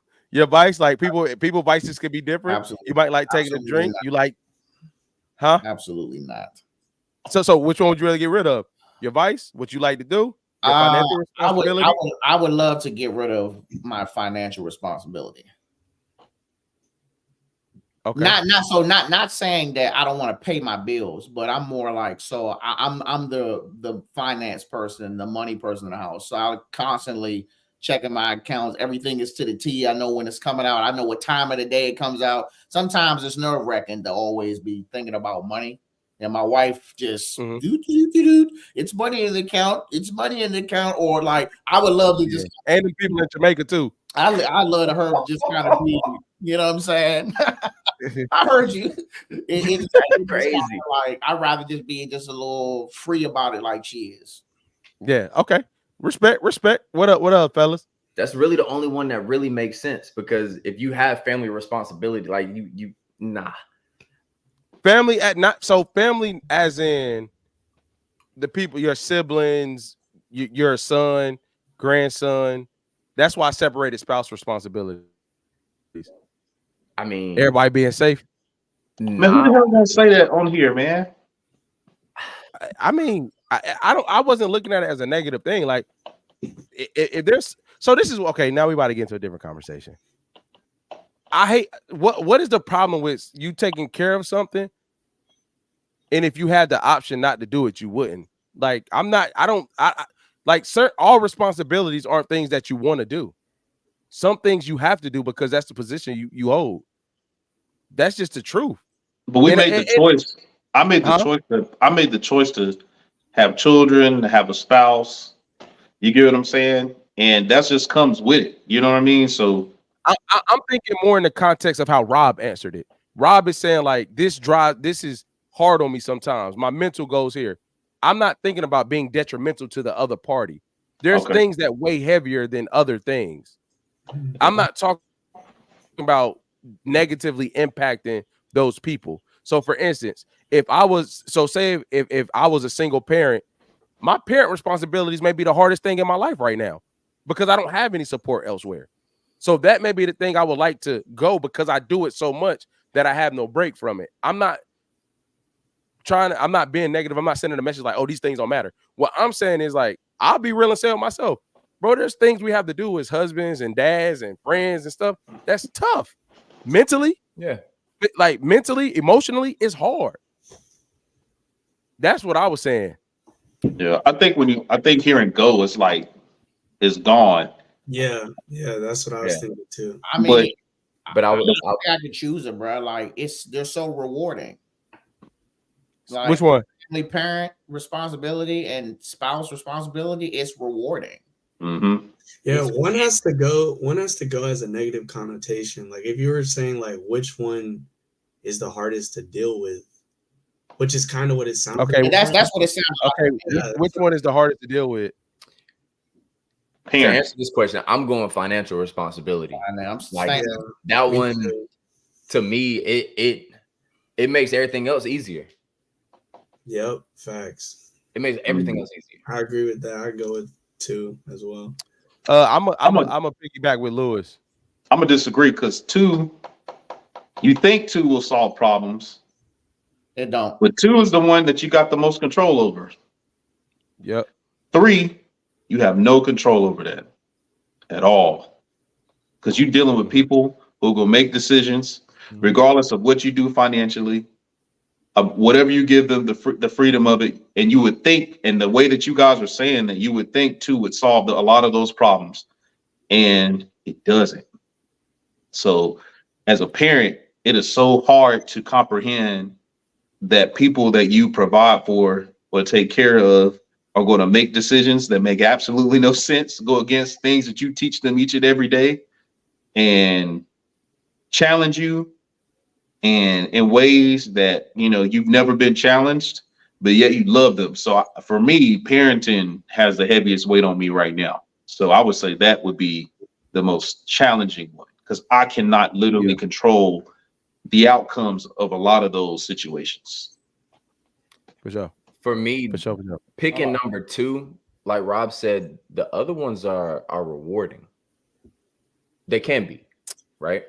I I guess feel it like sucks now. Yeah, I get what you're saying. Yeah. I feel like if the financial responsibility wasn't such a burden, wasn't so real, it would allow you to pour more into the family, the that's how I parent feel about responsibility, it. the spouse responsibility. It takes it away. So that's less stress there to put into something else. I agree. Would you feel that I get what you're same saying. way? Would you feel that same way if all the financial responsibility that you take care of went on your wife? Nah, I feel like I'm looking more at it like probably in a positive sense. Like No, but I'm we saying, are but listen good. what I'm saying, Doc. I'm throwing a little twist in there. Yeah. Say if the financial responsibility you got rid of had to go on her, do you think it would still would you still have the frame of mind to pour into those other places the same? Nah, I wouldn't. Oh, like if I wasn't the financial provider, then yeah, I wouldn't think about financial responsibility in the same sense because it wouldn't really be my responsibility at that point. Do you guys think you have control over that? Number 2? I wholeheartedly do. I think that's the easy part. I wholeheartedly think. I think what Lewis said will really apply to 3 and 4 to me personally. And I think the biggest difference. So I do feel like you have control over it. 3 and 4 applies the same way, but it's kind of like different vibes, right? Like your child. This is my personal opinion. I'm not projecting this on nobody. You didn't birth your spouse. So you have certain responsibilities and things to them, but they're a part of you, but it's not like that responsibility that you have of a life that you brought into the world. You have another full functioning adult that can make their own decisions, that have their own life, that was raised their own way. So that responsibility is not going to feel as hard to navigate when things aren't going well as it would when you for that little person that you feel solely responsible for. So it's like when you come to that spouse level, for me personally, it's like there's a point. This is gonna sound terrible, but I'm being transparent. There's almost a point where I can say like, hey, look, you got to figure it out. I'm sorry, I'm here for you. I support you. Mm-hmm. Huh? You created more of a boundary there. Yeah, but like when your little one doing something that's going off the wall, you like can't do that. You're like, damn, I gotta sit and figure out what this little person needs. It's your problem. Yeah. So, and let me clarify, because it was all y'all felt the same way about it. I wasn't saying it has to go like dump it. I was saying more so like, what's one thing that weighs the heaviest? Money to me is like, it can get printed. You can get more of it. That's just you can learn how to be better. You can learn how to control it. And for me, my biggest fear as a parent right now is that when my son when my son comes of age, as he grows, he's going to resent me because he has a good parent and people around him don't, because I see it every day. So I'm teaching him, raising him, putting a good environment for him, and he may go into environments where kids may not have the same structure at home, and he views his structure as like, what the hell is this? Y'all doing too much. Yeah. So that's where I'm at with it. Hey, but I will say 2 used to be a big number for me for a long time, and I feel you. I feel y'all on that. But hey, how come nobody won't let go of their vice? you need that to survive. You can't let go of your vice, bro. So we got, man. You're a robot if you get that up. Yeah. Hey, hold on. Can we talk about all these men up here saying they not getting rid of their vice, man? No, hell no. I would wait for somebody to say it. I'd be like, come on, bro. Come on, bro. Come on. I mean, I don't believe you. I was going to say it when you said like one has to go, and I was thinking at first like in the negative sense. I was gonna be like, okay, well, like I mean, everything else, I feel like I have to, I'm responsible for it, so I'd have to let my vice go. But when you were like, which one is like the hardest to deal with, then it changed for me. But how often is the vice controlling? Like, how often is the vice impacting your life, regardless of where you are? How much is that really controlling your livelihood? Bro, I'm gonna be real. On what it is. Say again. I'm sorry. Somebody said something. I'm sorry. Rob said depends on what it is. Shit. I mean, you don't think you utilize your vice to stay in your zone for all the other three? I mean, but it depends on what it is. Like, are we talking about, alcohol or marijuana? Are we talking about sports? Are we talking about reading? Are we talking about fixing stuff? Like, what are we talking about? Your top three. I mean, if we're gonna say, if I like to play basketball, like, why would I stop playing basketball? Because I just give it up because it's weighing on me because I didn't make it to the NBA, or I still need to go. Every now and then, I still need to go get a bucket. Here you go. Here you go. But that ain't. But see, that's what I'm saying. It ain't. You can go 2 for 5 from the field. Come on, man. You can play ball anytime, regardless of whether you single, got kids. You know what I'm saying? You could do the. So that's the thing. That's what I'm saying. Like the vice ain't really, unless it ain't really dictating your life. Well, for us, a lot of people maybe. If you're talking about like some type of substance, what I'm saying? If this was back, 2.5 years ago when I drank alcohol, I would have said yes, my vice. Got you. Okay, I got you. All right, so transitioning from that one has to go. We about to get on the village, man. We're gonna talk about the village. So the first question I want to ask, and you don't have to say their name specifically, but who are the people that's in your non-household village? So like not the people in your house that you lay beside, you take care of, that you talk to every day. Who are some of the folks that's in your village, and how often do y'all check in on each other?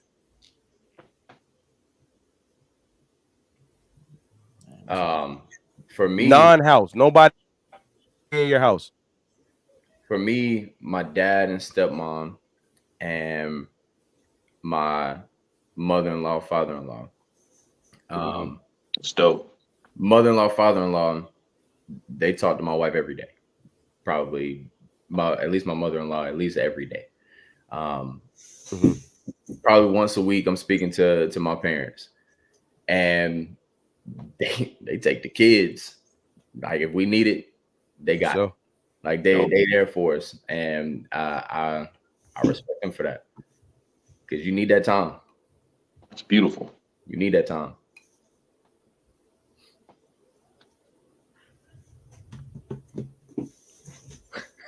$110%. We back. Did we leave? No, it did on my end. All right, but what I was about to say is my village is actually pretty big, bro. Like I have my parents, I have my my Dukes is not here, so she definitely will be a part of that. But I have my dad, my stepmom, I have my mother-in-law, my father-in-law is not here, but he definitely will be a part of that. Bro, I'm not gonna lie. I'm actually realizing how blessed I am to have so many people that actually care about me. I have my kids. The number one thing right now about my village, bro, the way my people's love on my kids, bro, that joint warms my heart.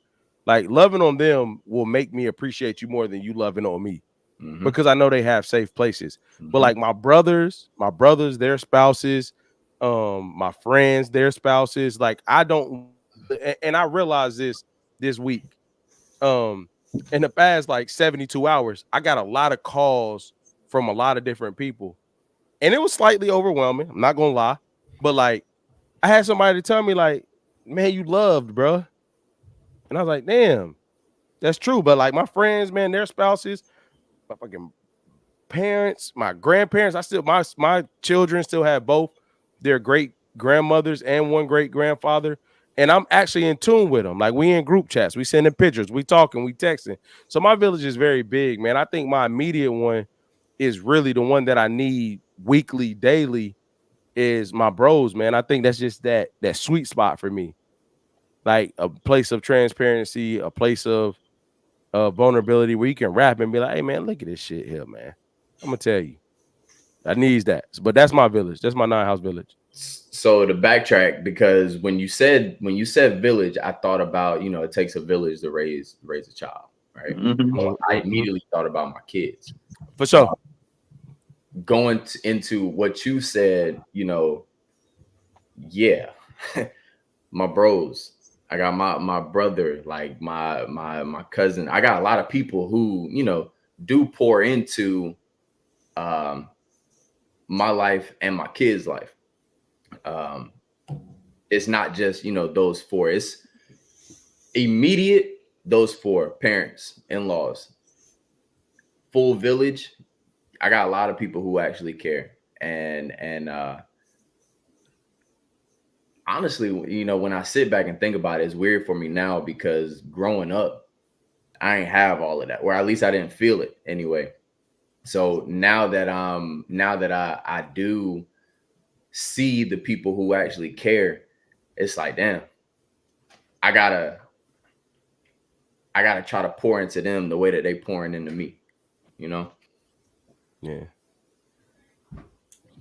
Rob, Lewis, Matt. Well, I will say, man, honestly, man, my village is not that big. It's definitely it's I'll say it's no family members. Only because that's just how things are. Like, my dad, he wasn't really around that much. He wants to be there, but it's kind of like sometimes, man, it just that pain hit me there. Just like, damn, where you at, bro? From 7 to 19. So I kind of keep him at a little arm's distance. My mom, we talk often, but I think that maybe she doesn't know how to relate to me now. So she just immediately says, "Oh, well, where my grandkids?" It could be calling. It's mom explanation on my phone. I say, "Hey, what's up? Where Holly at?" That's my daughter. I'm like, I'm here, Mom. How you doing? Good evening. None of my siblings. Everybody on their own stuff. So do you want it to be different? I used to, and don't know how. I used to like go the extra mile to get all my siblings together because we all, different mom or dad. I used to try to really build that, man, but then I started realizing that I was doing a lot and I couldn't even get bare minimum effort. I would have a cookout at the spot. I'd be like, hey, everybody just bring a little something. One person bringing plates, one person bringing one bag of chips, one person bringing a 6-pack soda, and I'm just providing everything. And then everybody on their phones, ain't nobody conversing. And then you would do these things, and then after a while, I'm like, damn, ain't nobody even called to check on me, see if I was good. There was just always this assumption that, because of where I'm at, my working hard to kind of get the things that I want, that it's like I have it all together. That don't mean you can't, check in on me. So who checks in on me? My friends. Some of my close friends that I talk to here and there, they check in on me. I haven't known you that long, Keenan, but we do little check-ins. You know what I'm saying? Talk shop, talk tech, talk cameras, and podcast stuff here and there. So it's like I started looking at it as well. I know who going to check on me, and I know who I would like to check on me. So For sure. Absolute respect. Absolute respect. Yeah, for Matt me, it's Lewis. the same. Yeah, I was gonna say for me, it's the same. My brother, I have a twin brother. He and I are really close. Um, you know, I'm very fortunate to have someone who understands almost like exactly where I am in life. That is a huge cheat code. So that's a blessing. And I just want to Um, say I see it from the other end because my wife a twin. So I see it from the other side. Man, that's just it can be dangerous too, right? Because you kind of can't get out of have an identity crisis because you have to see yourself as two individuals as well. So that's kind of a challenge at times. But big part of that, my mom, I talk to her at least a couple times a week, but it's meaningful conversation. It's big. We pouring into each other. She's pouring into me. I'm pouring into her. I would say my friends, like getting on this podcast thing has been great. Building relationships with people, reconnected with my boy Keenan is beautiful. We Sure. talk. And I'm real intentional, man. So like you get me on the phone, we probably gonna talk for 2 hours. That's just For how sure. I am. For sure.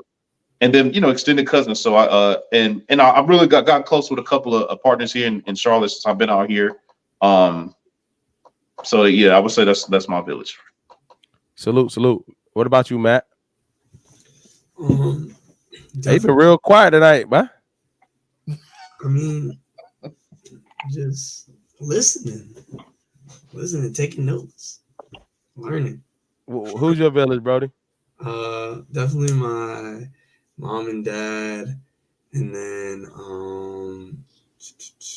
my mom-in-law actually texts me like every day, like basically like saying a Oh, prayer that's dope. for me, and so yeah, she's really awesome for that. So huge shout out to her, and then obviously you, Keenan, TJ. It's so My crazy. boy. My younger brother, like I feel like Yeah. we were always butting heads when we were younger, but now like Keenan says it to me all the time, like how, as your younger siblings start to, reach a new chapter in life, and they just experience things that they can relate with you on, like there's just a better connection. And so I feel like that's been happening with me and my younger brother a lot more. And so my younger brother, and I'd say, and then like Keedy, he's always checking in on me every now and then, which is really cool. So my friend, and that's basically it. I have a couple friends I'll call in every now and then. But yeah, that's it. I'd say it's a pretty small village for me as well. For sure. Hey, this is what I was going to say to that. This made me think about something else. We're going to transition, and I hope this conversation will go super left. And I know everybody may not have watched that. There's a very big hot topic on the internet right now that, I'm not being negative, and I don't want to make this conversation about women because it's not. How do y'all feel about, or what do y'all feel like Shannon Sharpe could have did differently to comfort Amanda Seales? So if you do not know and you're watching this, recently Club Shay Shay dropped an interview with Amanda Seales that had some moments of tension that, a lot of people have gave their opinion on, that a lot of people feel like there were moments where he could have approached her or validated her in a different way. If you've seen the clips, if you've seen the interview, not from a podcast interview perspective, from a man perspective, what do you think he could have did to approach her differently? Because I know a lot of us are in that space of hip, and if you haven't seen it, it's cool. But if you have, what do you think he could have did to approach her differently, or maybe you feel like he didn't do anything wrong?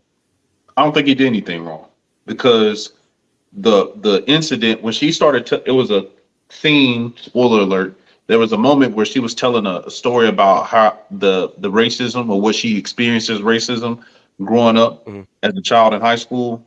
And Shannon was playing devil's advocate, presenting a perspective on how the children to adult kind of thing and how it was in the South and his experience. But one thing that I like that Amanda did is she articulated the fact that, hey, well, you're interviewing me, you're asking me about my experience. It's not about you interjecting your experience. And when she challenged him on that, he stopped. Right. So I think that even though he didn't initially have the right response or the ideal response, she was able to articulate kind of what the frame of mind should be. And I saw him make that adjustment in the interview. And I thought that was great. And I'm tired of people coming at Shannon, man. He's having people on his couch to tell their stories. And it's a lot more good than negative. I don't know what people expect out of him. He's not a journalist. He's not a full-fledged journalist, right? He's just someone that has a platform that's high right now. All right. Rob, you got an opinion on that? I mean, honestly, I don't really think I can excuse the journalist, him not being a journalist. I get that, but you ain't no regular Joe Schmo out here. You one of the top guys in the game right now on the sports side or whatever you're doing. So I just kind of feel like somebody should have had, the basic information, you know what I'm saying? Even though when he was saying stuff wrong, he was just moving on like, okay, I said it wrong. So on to the next, to try to keep it going. But it's like also like you gotta know who you interviewing too. Yeah, I mean, I'm not saying it was wrong for him to interject and say, well, maybe it wasn't racist or whatever his comment was, but it's also like, I would know who you're interviewing. You know what I'm saying? Yeah, you have a point, but that don't mean that, in this particular moment with this person that you had to convey that. You already know this is a person who will go Instagram live for anything. You know what I'm saying? So it's like, even though, bad publicity is still good publicity as far as a podcast, because it's all about views anyway. But it's like you don't want to develop a pattern of like you having people on here and you just kind of like just going saying whatever and don't care whether the information you're saying is correct or not. Or so how accurate do we hold? So that's a great point.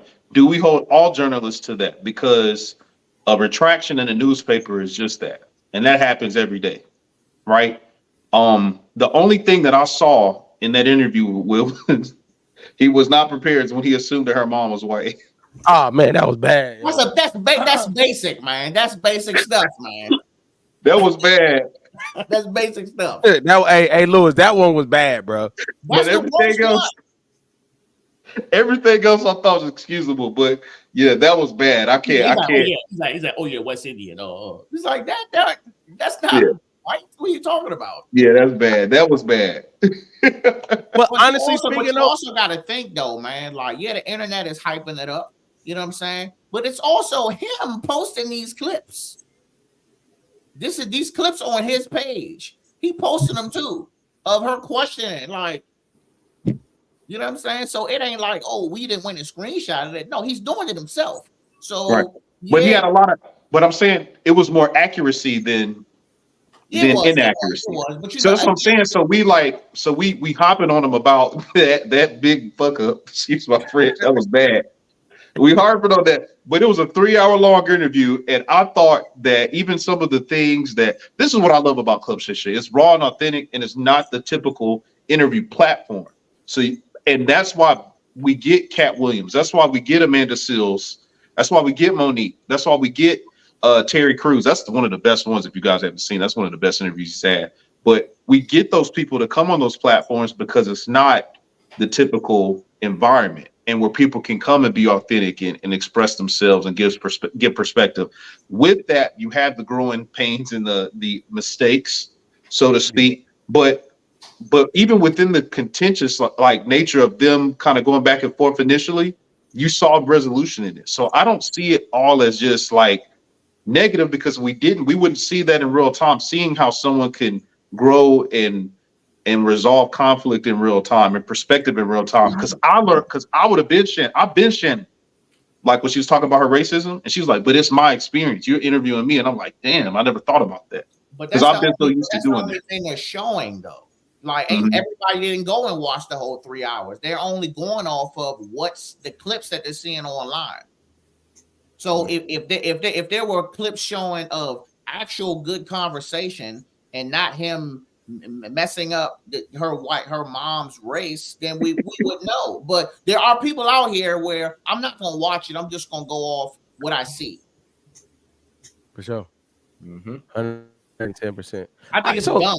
You know what I'm saying? Like, yeah, I didn't go and watch it. You know what I'm saying? But I'm not saying, oh, the interview was some shit. I'm just saying. I mean, I don't know, bro. Like, was this interview really worth doing? You know what I'm saying? Like, was it worth it?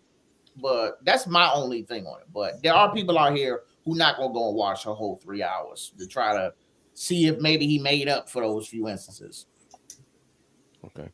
I wouldn't say wrong. I just think he could have had a different approach. I'm gonna just leave it at that. Different I approach don't to what? think Different approach Huh? to what? Different approach to what?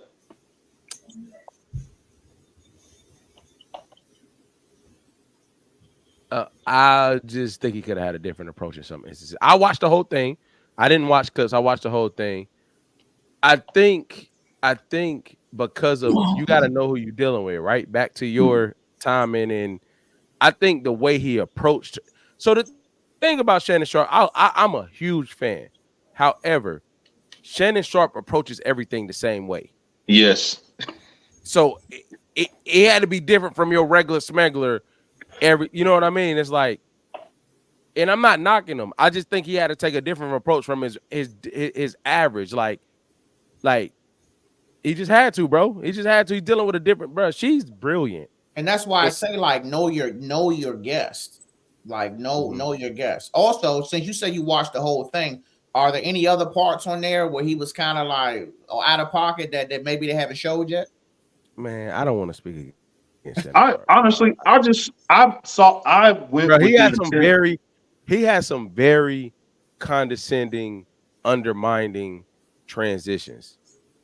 When she started speaking about her experience, he didn't say anything. But if you watched it and read body language and listened, and again, I love Shannon Sharpe. I hate that. This is not where I wanted to go.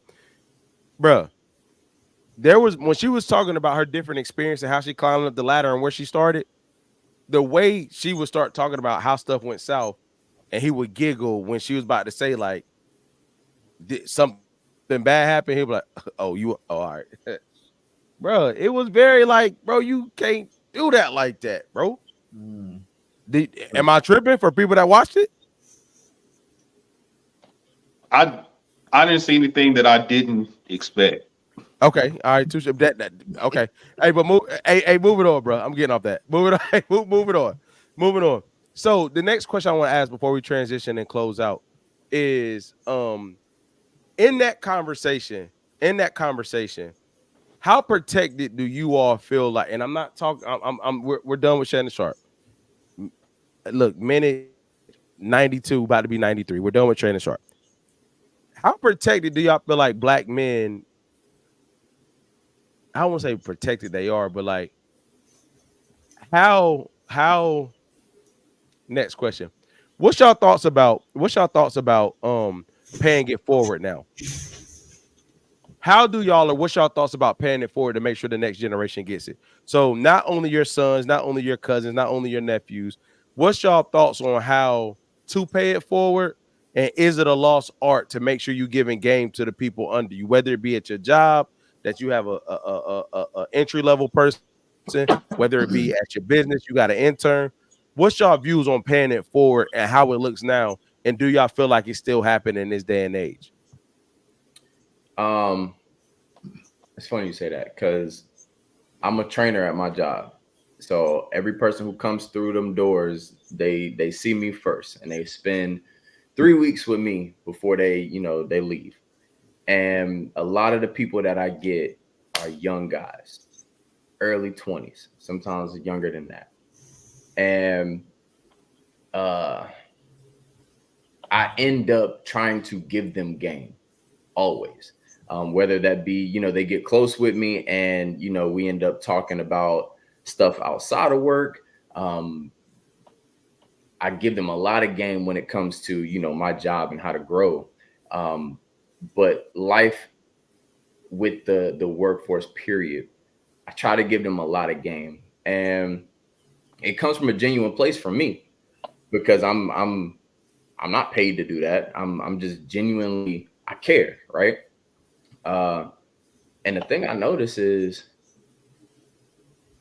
very few care. very few really want to hear what you got to say. And you know, we was young at one point. You know, we had some bullheadedness and whatnot. You know, you hear an older person talking to you, and you know, it goes in one ear and out the other. Some stuff sticks and sits in the back of your head, but you're still gonna go out there and do what you want to do anyway. But it's very rare that I see a dude come in who comes to me, like, I'm not just spitting this out, like, comes to me and truly wants to know game, how to you know, succeed at something, or how to maneuver through something that I've already been through. I'm genuinely trying to help you out. I don't see younger people really truly wanting to accept it all the time. Real, that's real. That's real. Man, I'm gonna be real. That shit just get me in trouble, man. That shit just get me in trouble, man. If you're not my brothers in the literal sense, like Matt and TJ, like, bro, that shit just get me in trouble, man. I'm about to this Red Cup talk to me just a tad bit. I'm about done with that shit, bro. Like, I'm getting to the point where, like, I'm trying. I want to pay it forward. Maybe to lose this point, I'm not able to deliver it or make sure that they get the message, bro. I'm about done with that shit. It's just too much, man. It's too taxing to me. And me being a person, and maybe it's from the perspective that my career is in education, right? So my whole being is like making sure that these young people get what they need. You know what I mean? And I'll be real. If I've probably made more leeway. Let me clarify. Done it outside of a school building. I think with the school building, you see these kids every day. You connect with them every day. You in some senses you become their stability. I wouldn't be done in that sense, but like outside of that, trying to pay it forward, I think you got to find somebody that wants to know. And I struggle with seeing somebody that may be about to make the wrong decision that I feel like I have a relationship with. It's hard to try to give them that game. It's hard. It's just hard. It's just hard. It's just hard. It's just hard. Mm-hmm. What you think, Lewis? We live in a time where that people can get so much information, man, and you can choose who you get information from. When we were growing up, we didn't really have a choice to where we got it, to a degree, right? So I think that's a different experience for the young folks today, but I'm very intentional. Obviously, I try to give game to people I coach. You know, I got to go out my way to coach, you know, youth. But, you know, what I've learned is, this is what I learned. When I'm telling someone something, am I telling them because am I telling them with expectation that they're going to respond to me, or am I telling them with expectation that they're going to apply the information? And when I was younger, when people would tell me stuff, I may have not shown them that I was listening, but I listened. You know what I mean? You may not see the application of the information you're giving them. Mm-hmm. And when I used to, I'm not speaking for anyone on the call, when I used to get frustrated is when I didn't see them apply it. But was that the goal, for me to see them apply it, or for them to get the information? Mm-hmm. Right. Mm-hmm. So, you know, so I realized when you were younger, when you were receiving this, sorry to cut you off. When you were younger and you were receiving this information, did you appear receptive to the person giving it to you? Sometimes. Okay. All right. Respect. Yeah. Sometimes. Yeah. Shout out to my grandfather, man. He was hard on my brother and I. And God rest his soul. He was really hard on my brother and I. We were the oldest two grandkids. He was really hard on us. I'm like, man, come on, man. I don't want to hear that today. You know, I don't want to hear that stuff. Yeah. But we are I could say this, we are his two most successful grandkids, right? Sure. And we didn't want to receive what he was saying, and it was hard to get through it. But what we learned, but now that I'm older, I'm like, oh, this is why. You know what I mean? He saw kind of things, something I didn't see, And sometimes I couldn't apply it right then. I had to get into a space to where I could apply what he was teaching as well. 110%, 110%. Rob, Matt, what's your thoughts, man? I would say it depends, man. It really does, because I think for me, like, I get easily irritated when like common sense is not common. And that seems to be the case for a lot of these adolescents out here nowadays. And I mean, also just me, you know, kind of growing, you know, my upbringing, you know, being the oldest boy and, you know, having nothing and literally no help, you know what I'm saying? So it's like when I see my siblings now, and some of them are like, oh yeah, you know, can you help me with this and can you help me with that? And I'm like, what you mean help? Like there ain't nobody help me. So I'm just a little bit more like, if I can figure it out, then so can y'all. Pause. Can I ask a question? You don't have a sense of obligation? No, I do, but I also have I don't have a lot of patience. So that's just really saying maybe I need to work on me. But I don't have no patience for stupidity. I don't have patience for you lackluster, or you don't want to learn, or you know it's going in one ear out of the other. Okay, we'll figure it out. You know, I'll let you sweat. I'll be here when you actually ready to pay attention. Mhm. You know. So Hey, Rob, I will argue that that's patience, that you will still be there when they're ready to pay attention. yeah, I mean, yeah, I will, but I'm not thinking about it though. So it's not like I'm not going like, oh man, I hope my brother really realizes that, you know, maybe this rapping thing ain't cool. He just kind of go back and get his job. Once I go to sleep, I done forgot all about it. So I'm not dealing with it. You know what I'm saying? Because you know, I live a very, very busy life. And the last thing I can do is worry about a sibling that I talk to once or twice a year. It's different. If I see you every day, I see you often, then yeah, but I don't see you. So it's like, well, I mean, let me know how it turns out. You know what I mean? Right. I do want to add one thing. The reason why I asked him if he felt obligated, because I'm the oldest child, even though I'm a twin, I'm the oldest child. But outside of that, I feel the more information I get, the more experience I get, the more obligated I am to pass it on. I feel like we're good at Okay. So you were asking, do I feel obligated to my siblings? Yeah, or just in general. I'm just saying in general too. Well, if you're talking siblings, no. Okay. Yeah. And I only say that is because at some point, you know, I tried to help every last one of them, and I just be wasting my breath. So I'm like, all right, well, I'm good over here. If you want to get good with me, holler at me. You know. Yeah. Got you. Hey, Lewis, I would say I absolutely feel obligated to my sibling, bro. I'm not gonna cap. I be getting, hey, look, I'm gonna be real. Like, I be getting mad with, I'm like, hey, bro, don't sit around and have a question and don't ask me, man.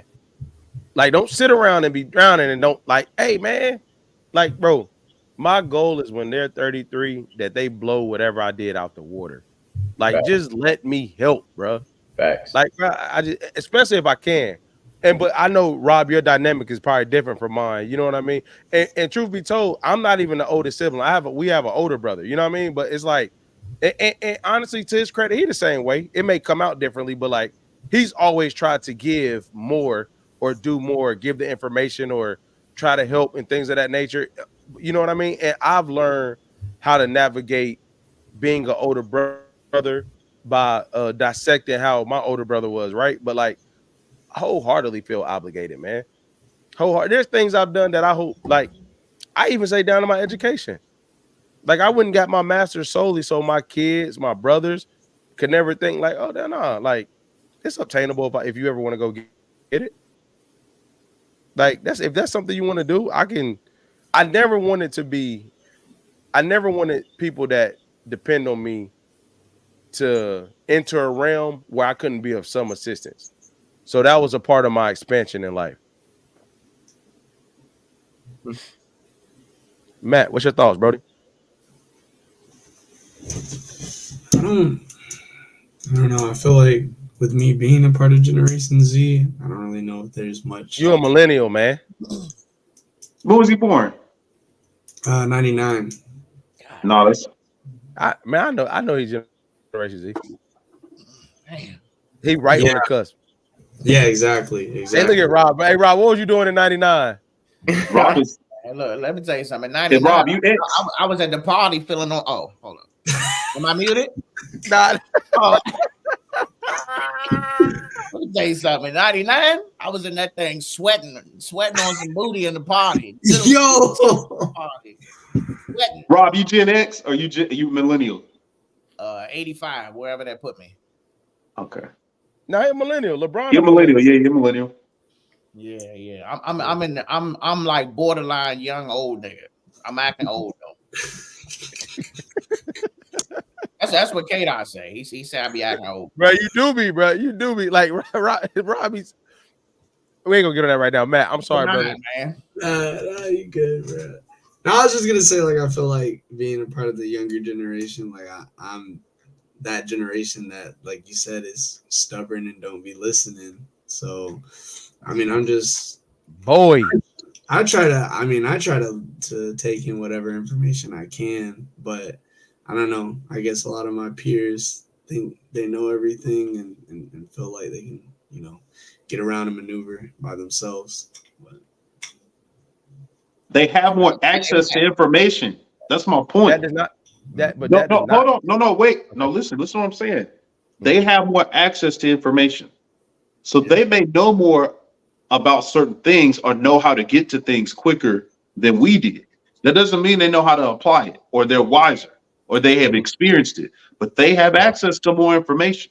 And that's the thing that I've learned, right? Because every generation has said those very things that we're saying about the previous, about the upcoming. yeah, They said that about us. You know what I'm saying? Gen X said that about us. And then the boomers said that about Gen X. You know what I'm saying? And so that is the circle of life. However, this generation, again, with growing up completely with the internet age, having access to videos and YouTube, things that we've grown accustomed to in the millennial sense, right? Because we didn't start off with that. We've grown accustomed to it. These people are born with it. And I think that for me, I take that into consideration with dealing with them, because I'm like, as my son who just reached middle school, I can say something, he can go look it up. You know what I mean? He can go find videos about it and hear multiple people's perspective on it. If I asked a question, I just had to go to the closest blank around me and hope that they got it right. So you saying this is why they don't really why we feel like they don't really want to listen to us? Yeah, because they can go find information at any given time.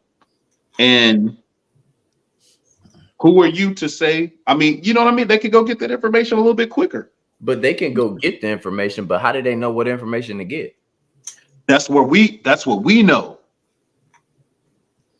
So that's because we weren't always exposed to that. So we know everything out there is not the real.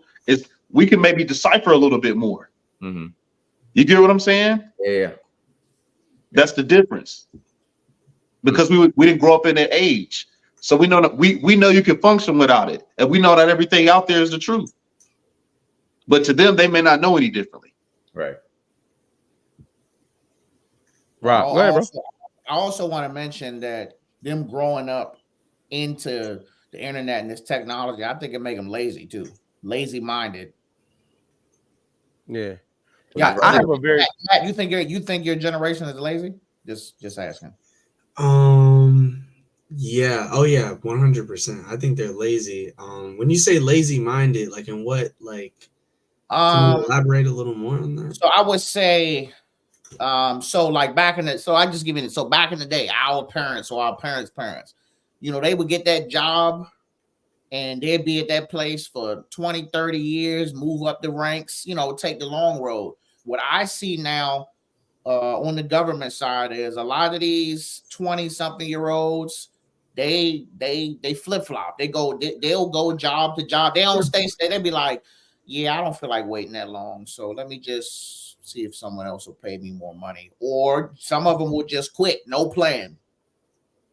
So a little like I'm gonna just figure this shit out. You know what I mean? I feel like that's how a lot of them be moving. I'm gonna just figure it out. Yeah.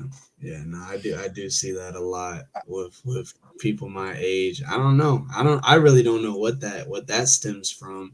But yeah, there are a lot of people I've seen that just give up quickly and they're not willing to stick around. And I don't know. I don't know. A lot of people my age don't like. I don't know. They can't handle the pressure. It's just I don't understand it honestly. I think to Lewis's point and what you're alluding to is that, and I see it every day. I think because the access to the information makes you skip immediate skills to get in between where you at and the information. So like, and you learn the information, so you feel like you don't need the experience. Those videos that y'all not trying to be funny, the videos that Lewis is alluding to, they're usually in goal videos. They're usually in-game videos. They're not process, they're not skill, they're not those things. So typically you watch these videos that give you the, you know, the thesis or like the end game, but it gives no information on how to get there. I hate to say this, but I'm going to tie it to this. That's why you see so many people creating like courses and saying buy this, do this. You want to make 10,000, they make it look good, but they really not giving you what to do to actually get there. And because I can make the end goal look really good, I can make people who don't know no better think that's what you're supposed to be doing. That's what typically happens. You're gonna want to take the shorter route. Yeah, but even with the shorter route, I'm not even showing you the shortcut. I'm just saying, be me. Go. 1, 2, 3, go. No, you know what I mean? Awesome. And then, you know, and to Lewis's point, what I would like to say, man, what I do with a lot of check-ins in the environment I'm in, I say, man, tell me 5 things you searched this week, because you never know what a kid is searching. And I just like, and I pick brains on it. Like, tell me 5 things you searched, like appropriately, age appropriate. And then I'm like, hey, well, let's okay. What made you do that? What experience you had that made you want to go see that? And then I try to break it down from that way.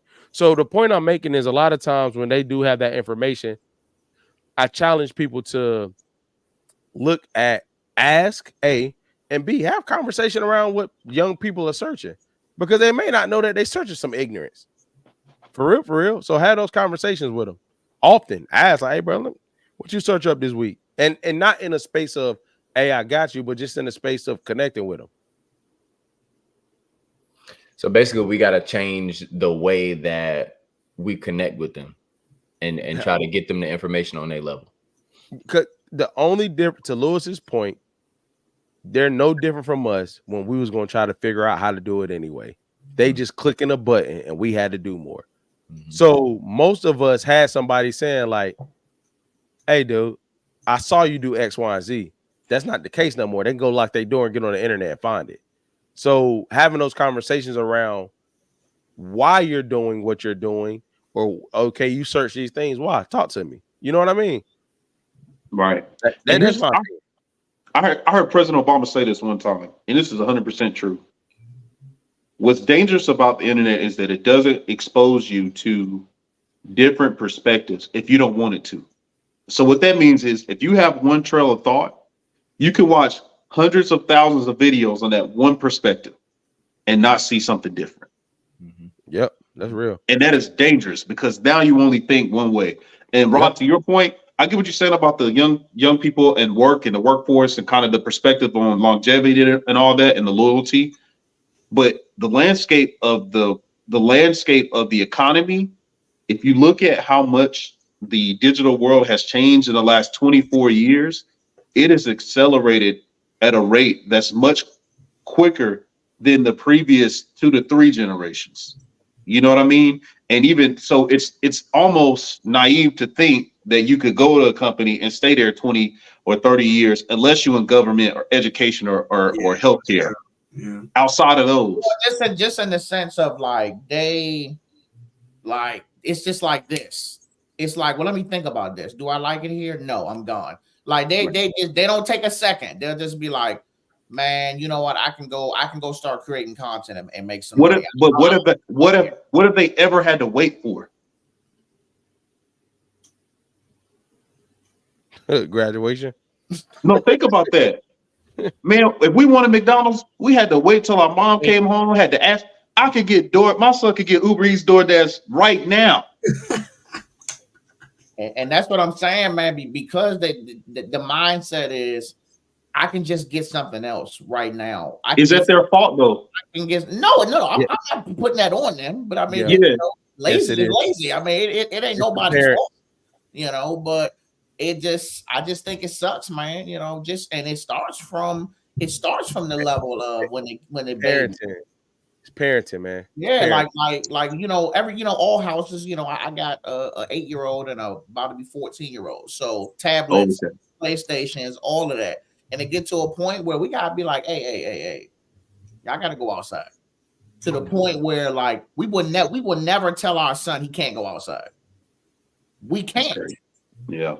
Because you keep him in the house, okay, he gonna be on his phone. You take the phone away. He gonna be binge watching something on Netflix. You're gonna do something to maintain that always having some type of screen in their face. So, got to get these kids out. I know I'm kind of off topic, but I feel strong. That's on topic. Yeah, it is definitely on. I feel strongly about that. Get these kids out of the house, man.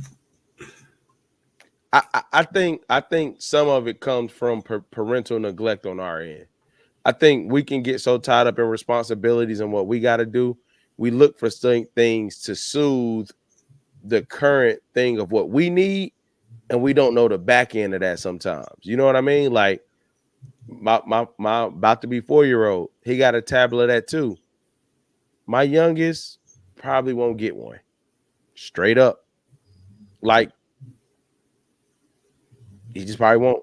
Like, he may share with his brother. We're transitioning from having that. And I'm saying all this to say, this is me being transparent. He got a tablet because of road trips. It was too hard to like be in the car and like the crying and screaming. And my oldest was born during the pandemic. So he didn't have a lot of different types of stimulations because at that time it was super scary. He was born in the middle of it, right? But I had to realize that I got to do different things in order to stimulate him in a different way to get a different result. I couldn't keep saying internet. I just said, oh no, 6 o'clock every day, we're going outside. We're experiencing outside. I don't care if no kids are outside. Your norm is going to be, oh, let's go outside. I want to be out. Yeah. You know what I mean? And that's the best I could do. With the world we live in, that's the best I could do. And I got to sleep with that at night. And I'm okay with that. But I just think there's a way to still create productive, ambitious young people and them having the access. That's all I'm saying. Any more thoughts on paying it forward? No. Hey, man, I just want to say, man, it's been a hell of a conversation, man. I appreciate each and one of you gentlemen, man. Appreciate everybody that's tapped in, left a comment, being here. This is Free for All Friday. It's your boy K. Mims. I got B. Rob, Matt, the quiet one, and Louis B with me, man. We are out. Matt.